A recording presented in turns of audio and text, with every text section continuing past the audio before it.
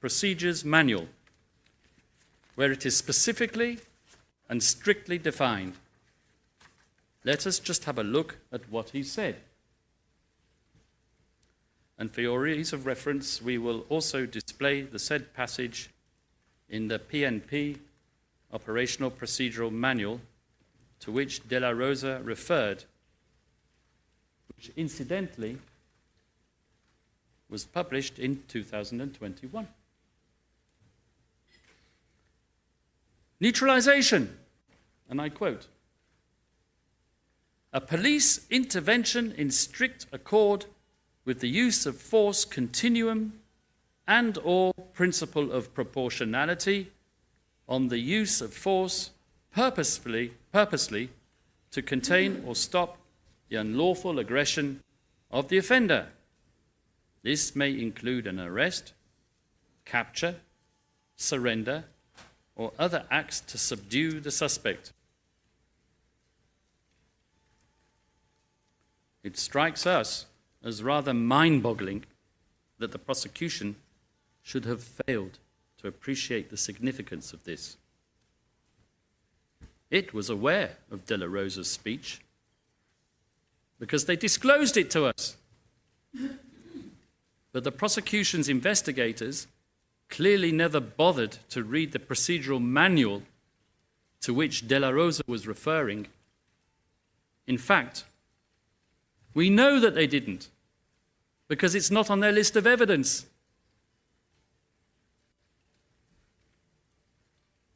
Within the judicial sphere, when the terminology was examined before the Supreme Court of the Philippines, in petitions challenging aspects of the anti-drug campaign, the government defended the circulars on the basis that they did not confer a license to kill.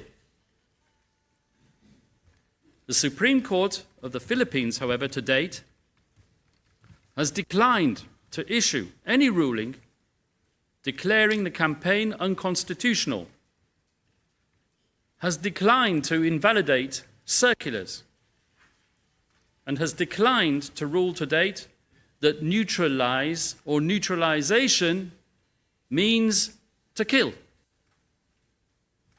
The Supreme Court's treatment of the issue is particularly instructive.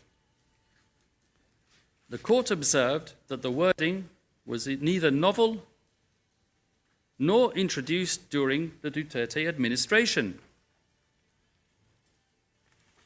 It had already appeared, for example, in the 2014 revised PNP Manual on Anti-Illegal Drugs Operations and Investigation. In other words, the term formed part of the existing police vocabulary. The court further clarified that the mere inclusion of the term in a circular does not render that instrument unconstitutional, especially where the circular expressly mandates compliance with internationally accepted legal principles, public policy, and the full observance of human rights, as we showed you earlier. No circular has been invalidated on this basis, nor has it ever been established at the highest level of domestic judiciary that to neutralize means to kill. The judicial record does not sustain such an equation. In each institutional setting, therefore, the term has been situated within ordinary policing powers and constrained by the lawful use of force framework. The testimonies of those operating within that framework, the prosecution's witnesses no less, are aligned with this documentary record. For example, witnesses P1158 and P1170 explained that neutralize means to arrest or to incarcerate through legal means. It did not mean to kill. Witnesses P1050 and P1174 confirmed that lethal force arose only where a suspect's resistance placed an officer's life at risk, reflecting the ordinary doctrine of self-defense and consistent with Mr. Duterte's repeated public declarations that force was justified only in such circumstances. P1214 further indicates that operational decisions were made by officers on the ground within established protocols. So, I'm sorry to interrupt, counsel, but once again, you need to be specific and provide the document reference number. You must specify the document number, the reference number for us. If I may, Madam President, Merci beaucoup, of course, Thank you very much. an understanding with the Learned Chamber's legal officers that we would be able to provide references after the hearing. But of course, the document that I was referring to is PHL OTP 00090518-R01.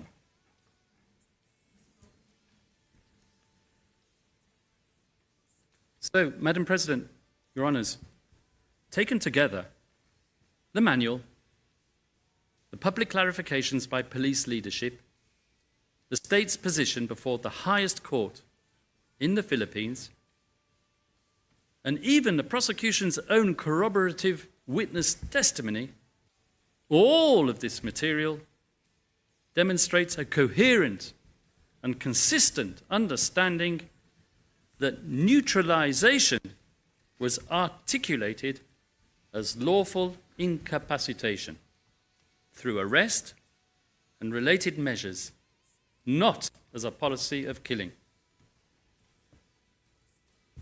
And if the prosecution's case for the common plan in counts 2 and 3 is based on Command Circular number 16 of 2016, we might as well pack up and go home because Mr. Duterte is simply not guilty. However, for the sake of completeness, I continue. The fifth indicator of a common criminal plan, as alleged by the prosecution in paragraph 28 of the pre-confirmation brief, appears to be the concerted broadcasting of inflammatory speech. Here the prosecution once again selectively cites excerpts from 2016 media interviews with Ronald De La Rosa, Bato, and Vitaliano Aguirre, which suit its purpose and case theory, while totally ignoring the more unequivocal comments in those interviews which destroy its case. Regarding the interview with De La Rosa, mentioned in paragraph 28, after supposedly inciting a crowd of drug addicts to cause criminal damage to the properties of their narcotics suppliers, the newly elected chief of police states, "It's either you will die from police gunfire," and he adds, "if you resist."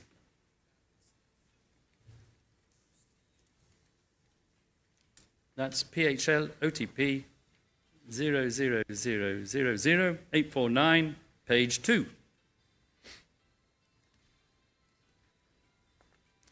Likewise, with the comments in an Al Jazeera interview, PHL OTP 0009 0340, comments attributed to Aguirre, from which the prosecution imputes criminality to Rodrigo Duterte by citing Aguirre's comment that the administration's policy was to stop crime and kill drug lords.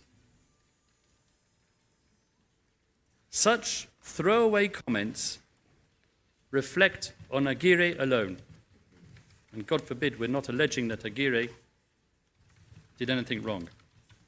Especially when, in the very same Al Jazeera interview, Aguirre states, not once, but twice, that the policy of Duterte himself was for the police to use lethal force only in self-defense. We can display that on the screen, and the part that I want to read is highlighted. And President Duterte was very clear on this matter, he said, Aguirre, that there will be no killing of unarmed offenders, meaning to say that you use force only when your life is in danger. Later on, in the very same interview, Aguirre would repeat the same theme which exculpates Mr. Duterte, PHL OTP 00090340 at page 4. And I read out the relevant passage which is highlighted once again. They are supposed to arrest them, but when they fight back, then the president has instructed them that they must first protect themselves.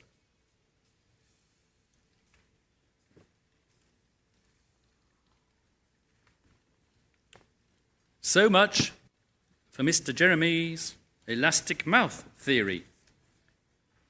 Even he thought that Duterte's speech was bifurcated, and even if he did think so, his so-called perpetrators did not. So why does the prosecution cite the excerpts which support its case so selectively? Well, I'm not going to impute any malfeasance, but I can hazard a wild guess. I would suggest that the people reviewing the prosecution's massive databases for suitable evidence are performing keyword searches.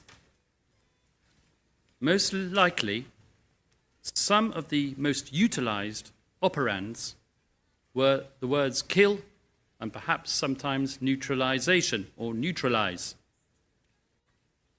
Once the member of the prosecutor's staff has his hit, he excises the excerpt, rejoices that he can slot it into the predetermined case theory, and does not bother to read the rest of the item of the evidence, where the exonerating evidence is unequivocal.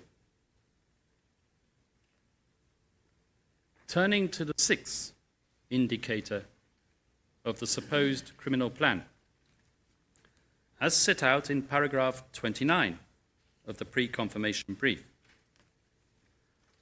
None of the speeches imputed to the former president, nor the use of what the prosecution calls dehumanizing language, dehumanizing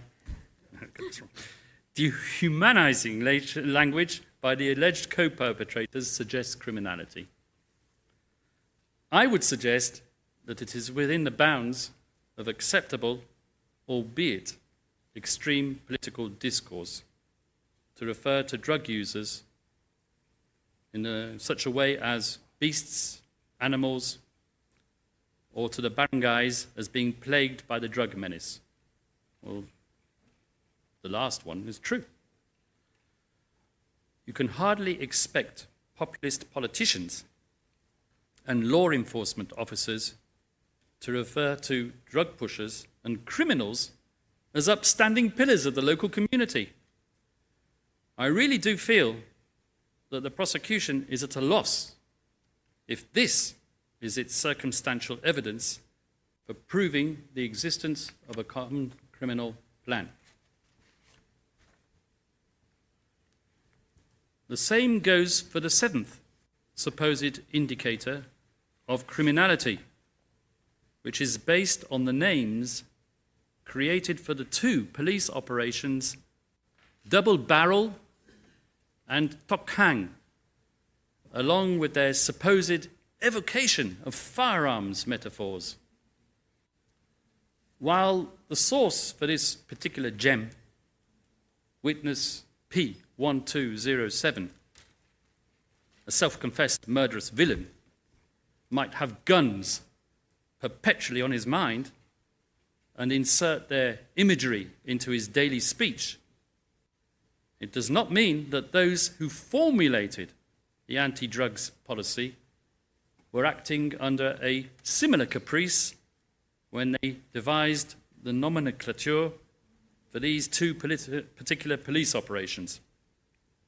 And of course, there were other police operations with completely different imagery, such as the one-time, big-time operation referred to by a few prosecution witnesses, and the riding in tandem operation. The mind can only boggle as to what type of nefarious imagery the prosecution believes that last title evokes. None of the indicators I have mentioned up until now have shown in any way a mutual meeting of minds between alleged co-perpetrators, evincing a communality of purpose or an agreement to act in an illegal fashion. Of course, the prosecution has shown us pictures of the alleged co-perpetrators uttering comments similar to those issuing from Rodrigo Duterte. But this does not indicate a meeting of minds, as I will elaborate shortly. The eighth factor, purportedly evincing a plan of agreed criminality, is set out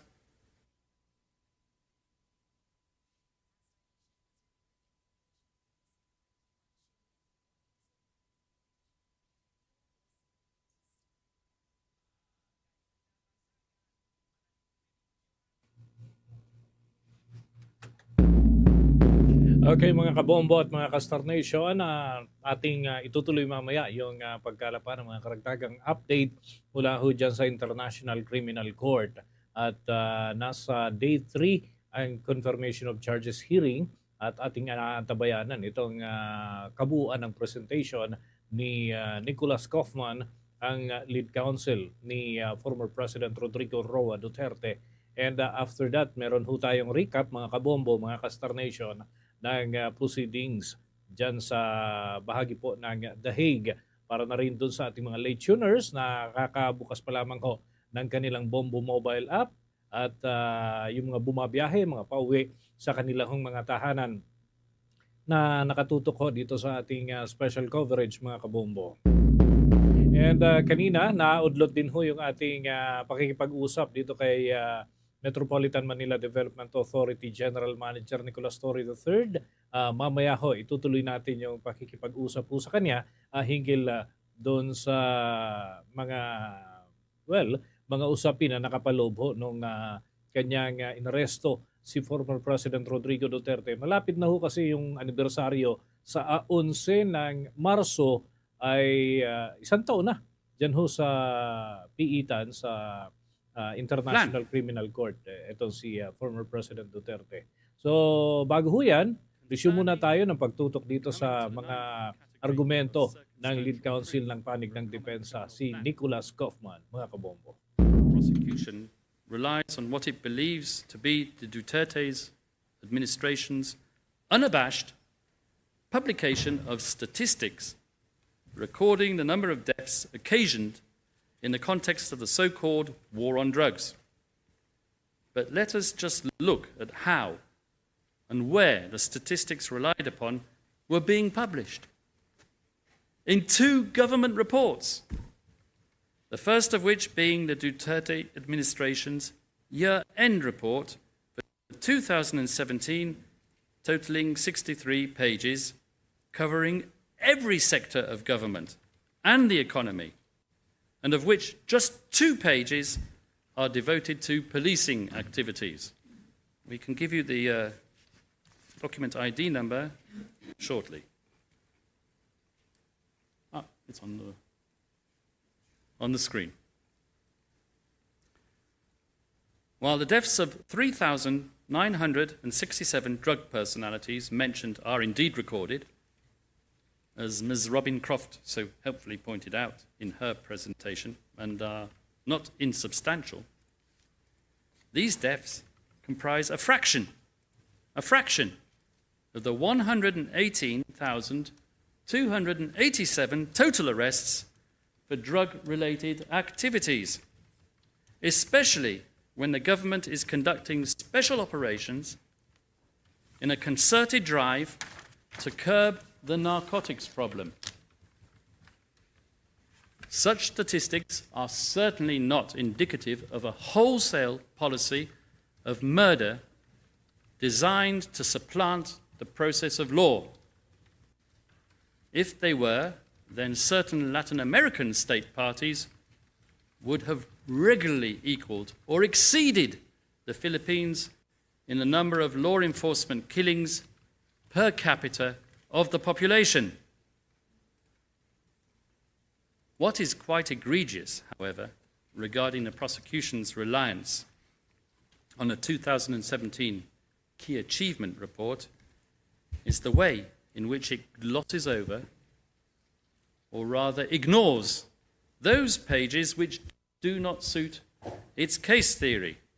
Take, for example, pages 28 of the document, which highlights the fact that 1,900 drug-related investigations had been carried out against law enforcement officers in the preceding year, with 375 police officers being dismissed, including the 2 policemen involved in the murder of Carl Arnaiz, who were later convicted and sentenced to life imprisonment.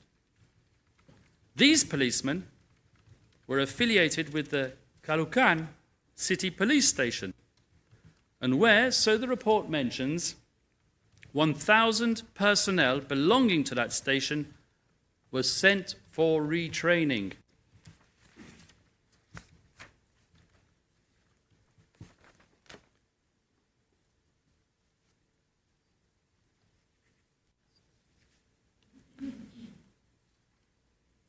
To conclude, this document, far from being evidence of a conspiracy hatched between co-perpetrators, is in fact a testament to the Duterte administration's respect for the rule of law, unwritten proof of its intolerance for rotten apple police officers. As for the second official publication, which is supposed to substantiate the criminal plan, we turn to the 2016 annual report issued by the Philippine National Police. The statistics are quoted, with all respect, in a misleading fashion. The tables used by De La Rosa, and particularly the pie chart, show a remarkably low incidence of deaths in comparison to arrests and voluntary surrenders. Obviously, the misleading aspect of that is the prosecution's representation of the statistics, not De La Rosa's. So, coming to the 10th and final source of circumstantial evidence, supposedly supporting the mutually agreed nature of the criminal plan. And this is the fact that the extrajudicial killings, to quote the prosecution's words, followed the same patterns and modus operandi, with the perpetrators covering their tracks. But here, let me ask a question which begs an answer. If the Duterte administration was so barefaced as to openly declare its intent to kill drug users and pushers and celebrate this, as the prosecution argues, in official governmental publications, why would it encourage the perpetrators to go to such lengths to disguise such an intent? I mean, of course, anything's possible. But I'm just pointing out the internal contradiction in the prosecution's case theory. In any event, as they say in English, there is more than one way to skin a cat. And the differing types of modus operandi that we have encountered in the prosecution's 49 incidents of murder involve all conceivable modes of butchery, ranging from strangulation, suffocation, to stabbing and shooting. Now, assuming that the prosecution can overcome the hurdle of proving the existence of a common criminal plan, how has it shown that the so-called co-perpetrators coordinated between themselves to reach a mutual agreement to execute it? Well, it hasn't. All it can do is show a selection of comments made by Mr. Duterte's closest colleagues in government, and all of which take their rhetorical cue from him. The prosecution then artificially defines the intended individuals, the identified individuals, as a collective of co-perpetrators. Now, common law jurisdictions, such as the one I come from, are familiar with these issues in the context of the law of conspiracy.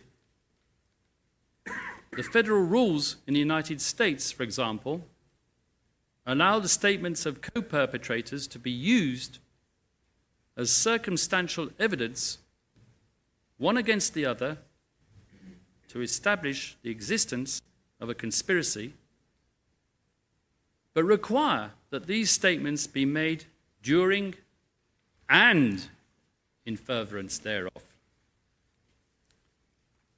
Narrative venting, which is what all these supposed co-perpetrators did, the ones identified by the prosecution, does not further the criminal objective. In furtherance thereof means that the statement relied on must advance the objectives of the conspiracy, such as through reassurances, updates, or actions taken to avoid detection. Now, I do realize, Your Honours, that there isn't too much jurisprudence on this matter, but let us look at it logically. Where can one really draw the line if it is sufficient to infer a mutual agreement to execute a criminal plan if we rely only on the statements of the people in the vicinity of a criminally verbose suspect because of the same quality of verbosity it alleges? This is what could be called bootstrapping logic, building on limited information with the very same information in an attempt to validate that information or to create a structure there without. Put simply, the prosecution has advanced its cart before its horse. It has merely selected a number of individuals working alongside the former president who made similarly offensive comments and has then called them co-perpetrators. Instead of seeking evidence which might shed light on the interactions of these individuals between one and another, and construing a criminal conspiracy therefrom, should the evidence even support such a hypothesis. Prosecution has taken its preconceived and predetermined premise of a criminal plan and forcibly superimposed it on these individuals. The artifice of the prosecution's working methodology in conjuring up this criminal collusion becomes even more apparent if we examine the evidence emanating from the crime-based perpetrators themselves on a granular level, especially from the prosecution's own star witnesses, 2 of 3 of whom supposedly formed the hardcore of a more limited organization referred to earlier in my submissions.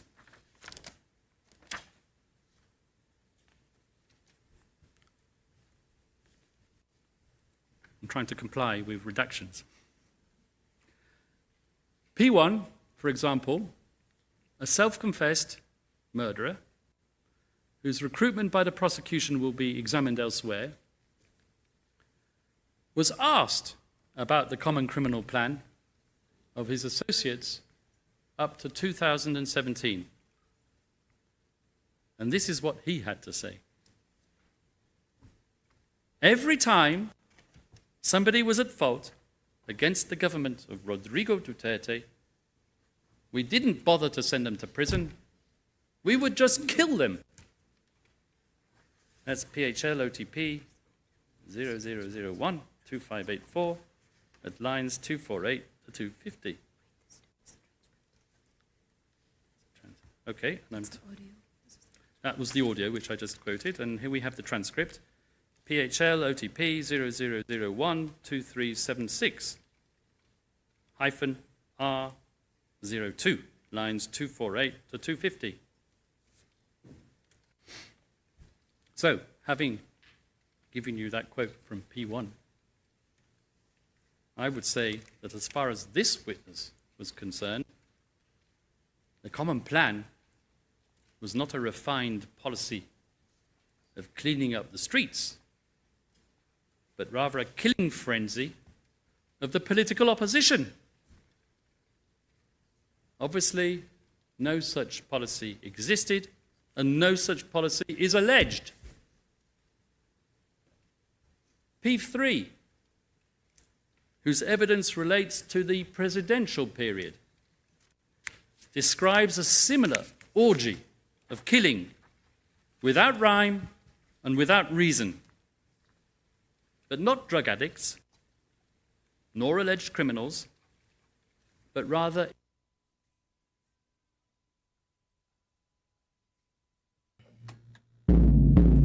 Ayan mga kabombo at mga ka-Star Nation, tuloy-tuloy pa rin ito si Nicholas Kaufman sa pag-counter mula ho dun sa mga testimonya ng panig ng prosekusyon itong nakalipas na araw.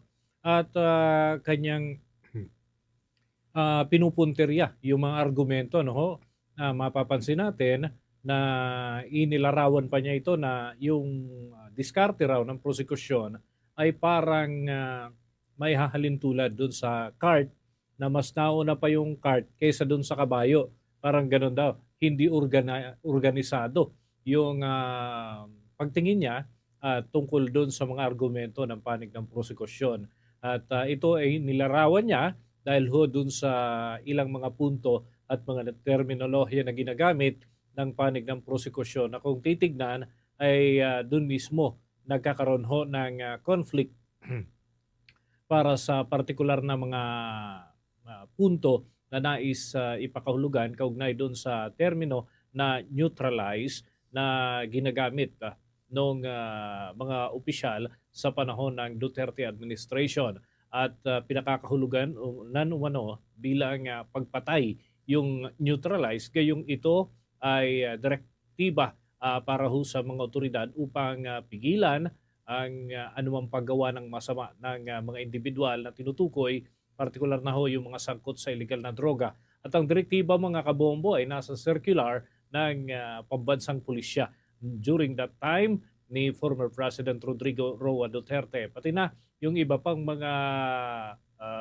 argumento ay inungkat din itong si Kaufman. Maya-maya mga kabombo ay kukunin natin ang recap ng naturang bahagi ng salaysay o kaya naman ay argumento ng lead counsel ni former President Rodrigo Duterte. Ang iba pang mga bahagi po ng panig ng depensa ay present din, ngunit ang nagsasalita pa lamang itong si Nicholas Kaufman bilang lead counsel ng naturang dating leader ng Pilipinas na ngayon ay nakapiit ho dyan sa International Criminal Court Detention Facility. So ayan mga kabombo, mga Kastar Nation, at least nabigyan ho ng pagkakataon ng panig naman ng depensa upang ilahad ang kanilang kabuuan ng counter o yung pagtutol at pagsalag dun ho sa mga atake ng panig ho ng prosekusyon, mga kabombo at mga Kastar Nation. So yan yung kagandahan nabibigyan ng sapat na pagkakataon ng magkabilang panig para mahimay ng husto itong mga argumento na kanilang isinusulong dyan sa harap ng mga huwes na hahatol kung ito ho ay uusad ang kaso o kung tuluyan ho itong mababasura at maaalis sa pagkakapiit itong si former President Rodrigo Roa Duterte. So naka-standby pa rin ho si General Nicolas Torre III ang umaresto kay former President Rodrigo Roa Duterte.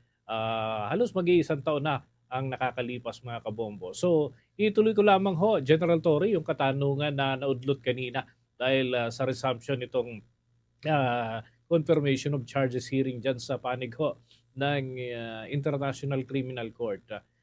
Kanina natanong ko ho yung tungkol doon sa kung hindi ba kayo nagsisisi, na kayo yung mismong gumanap ng tungkulin na pag-aresto kay former President Rodrigo Duterte. Alam ko kasi naging subject ho kayo, naging sentro ho kayo ng mga kritisismo ng mga supporters, of course, ni former President Rodrigo Duterte. Kahit nga yung mga opisyal ng International Criminal Court ay hindi rin ho nakaligtas doon sa mga batikos, pati yung mga natatanggap na mga pagpuna kahit sa page 2 nila ay punong-puno ng mga pagpuna galing ho dun sa mga supporters ng former president. And kayo, so far, ano yung inyong masasabi hinggil dito, General Torre? Natural lamang yun kasi may kanya-kanya tayong opinion.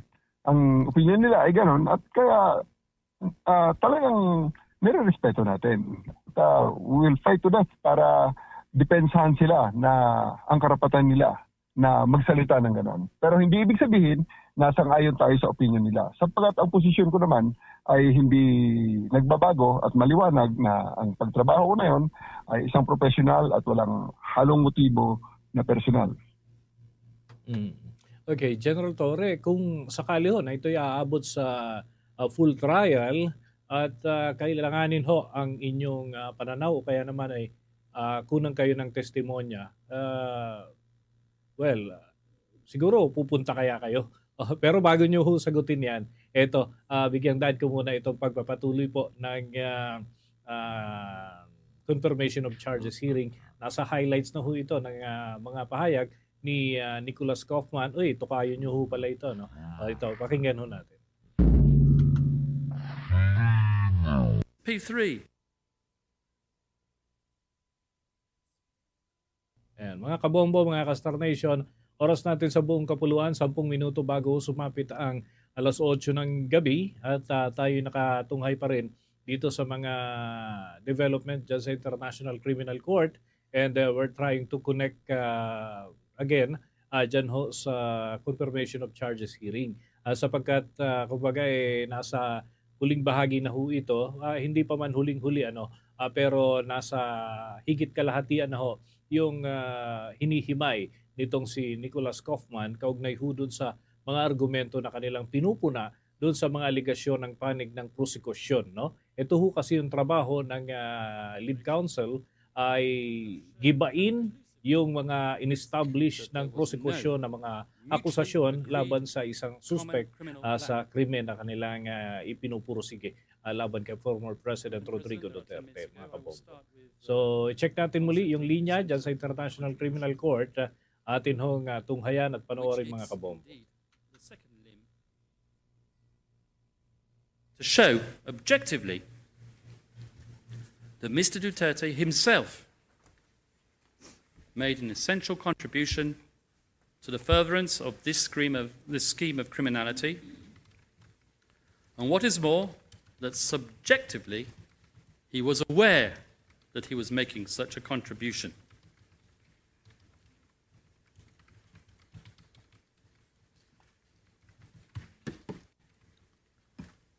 This is what us Latin-speaking lawyers,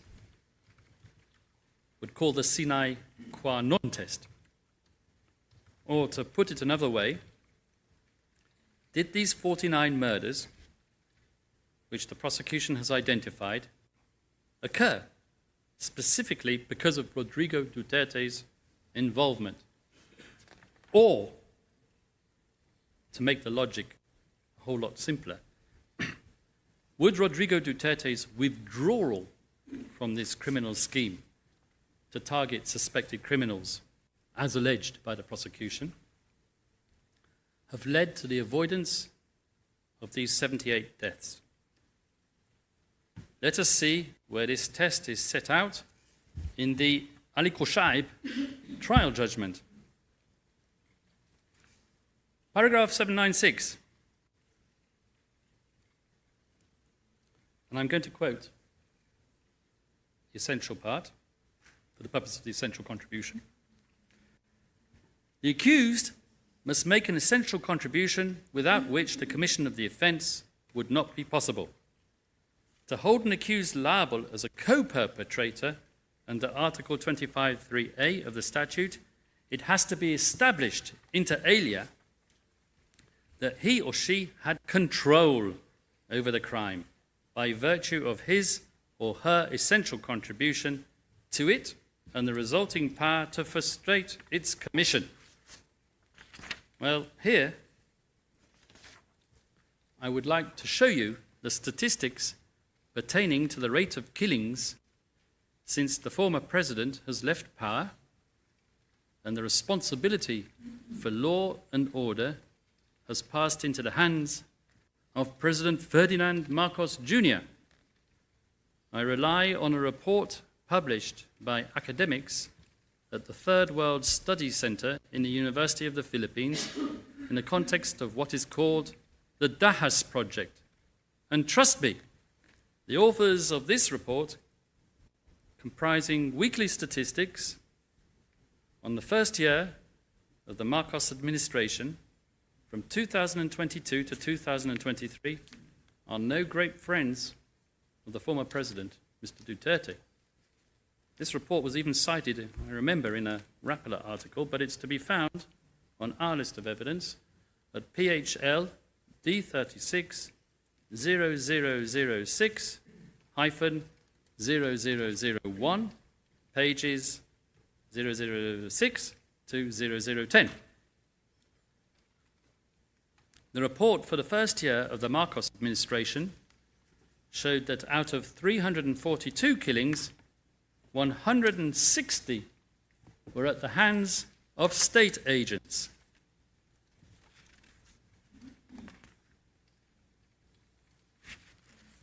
And the figures and the statistics just kept on rising, with the second year of the Marcos administration, 2023 to 2024, showing an increase in deaths at the hands of vigilantes, albeit a decrease in deaths at the hands of law enforcement officers, from 46.8% to 34%.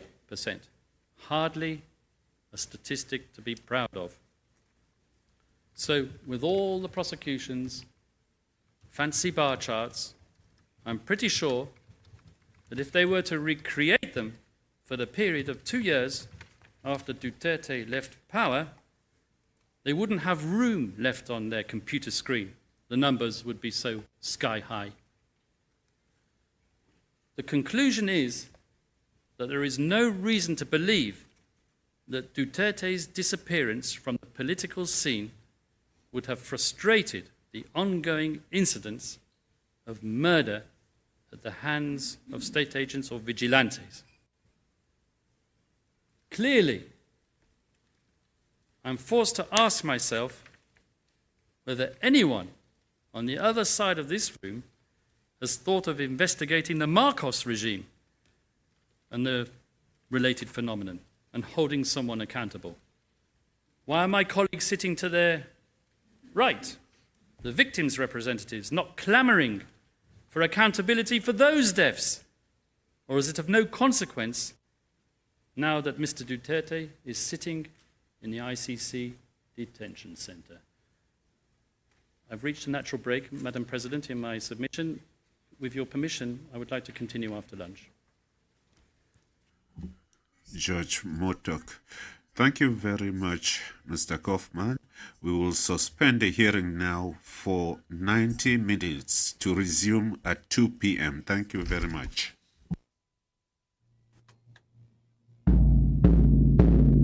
Mga kabombo, mga ka-Star Nation, naka-break muna ang panel ng mga huwes dyan ho sa International Criminal Court sa mga sandaling ito.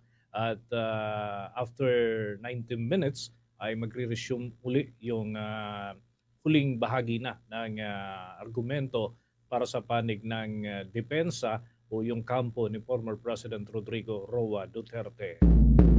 Samantala mga kabombo, mga ka-Star Nation, ituloy lamang ho natin yung ating naudlot na pakikipanayam dito kay General Nicolas Torre III at mamaya ay bibigyan din ho natin yung mga recap nitong mga pangyayari dyan ho sa tinutugay-gaya natin na kaganapan sa The Hague sa bahagi po ng Netherlands.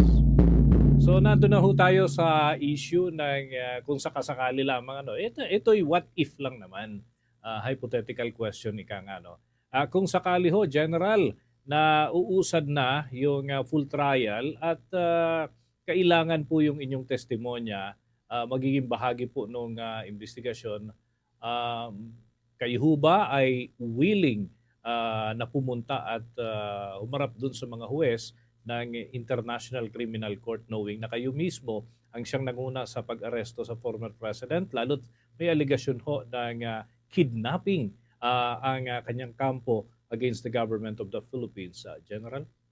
Opo, kasi pag tayo tinatawag ng ganyang mga tribunal, nung nangyari ang lahat ng yan, talagang valid ang membership natin at effective pa ang membership natin. Kaya manghihingi lang siguro ako ng authorization sa ating gobyerno na pumunta at mag-fulfill ng duty kung ipapatawag tayo ng ICC.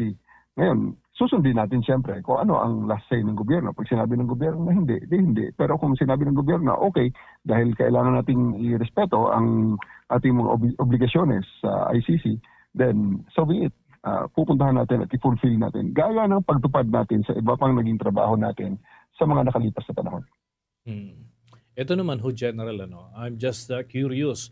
Sa part ho ng mga co-perpetrators, ang sabi ho po ng mga nakausap natin na mga accredited ng International Criminal Court, yung mga accredited lawyers, may baka raw malapit na rin na ilabas po yung warrant of arrest doon sa 8 na mga co-perpetrators. Bagamat hindi sinasabi na lahat po yun ay agad-agad may isyuhan ng warrant of arrest or sabay-sabay kaya sila. Hindi pa ho malinaw sa ngayon. Even yung mga lawyers na accredited ng ICC ay hindi pa rin ho yan masabi. Ilan ho sa mga nasa listahan ay inyong kulig mismo dyan sa Philippine National Police kung saan kayo kabilang dati. Ngayon, pagka nagkaroon ho ng warrant of arrest at simulan ho ng Philippine government yung paghahanap, yung manhunt operation, are you still willing to assist? Hindi man siguro kayo yung mangunguna dahil meron na ho tayong mga nakatalaga na mga tauhan at opisyal ng Philippine National Police for that. But of course, kung halimbawa kailangan ng inyong expertise, hihilingin ng mga nakakataas na opisyal po sa inyo, given na ho yung lawak ng inyong intelligence capacity and everything, yung experience of course ay hindi mayaalis. Lalo dati ho kayo na namuno dyan sa Criminal Investigation and Detection Group. Are you still willing to participate or to help, General? Depende na po sa order na ibibigay ng gobyerno sa akin. Pero I don't see any reason na bakit pa ako matask sa pag-implement ng mga kung may lalabas ng mga warrant. Kasi hindi naman ako pulis at ako nandito na sa MMDA. Wala naman sa mandato ng MMDA ang mag-implement ng mga warrant of arrest, whether it's on local courts or international man. So I don't think that I'll be summoned on that matter. Ayun, ano. Okay, ito na lamang ho, General. As of now, may nagtatanong na po sa inyo about, posible na pagtulong po ninyo sa manhunt kung sakasakali. Siguro yung, kumbaga, guidance na lamang, kung sakasakali, pwede ba kayong maging advisor ho nila? Sapagkat iba yung diskarte ng General Torre. Nasubukan ho ito sa ilang mga pagkakataon. So at least the guidance for them from your end, General? Wala pa naman po. At kung may magtanong man, yan din ang isasagot ko. Hindi naman ako na pulis. So I don't think na ako pa ay atasan. There are 220,000 hardworking policemen all over the country, and I think each and every one of them is capable of implementing that warrant. Ito, tanungin ko na rin ho kayo at medyo samantalin ko na ho yung pagkakataon na nasa linya kayo ng ating komunikasyon. Medyo light moments ika nga. May mga usap-usapan na ho na kinukonsidera kayo ng Marcos administration at ng iba pang mga political parties na, para sa susunod ho, na halalan sa 2028. Pero matanong ko lang, may kumausap na ho ba sa inyo from any political party so far? Ayun na ho, hintayin ang 2028. Tatakbo po ako sa this coming April. Takbo laban sa mga bully part 2. Na natin ginawa ang part 1 yan last November 16. Kaya ngayon, andyan na.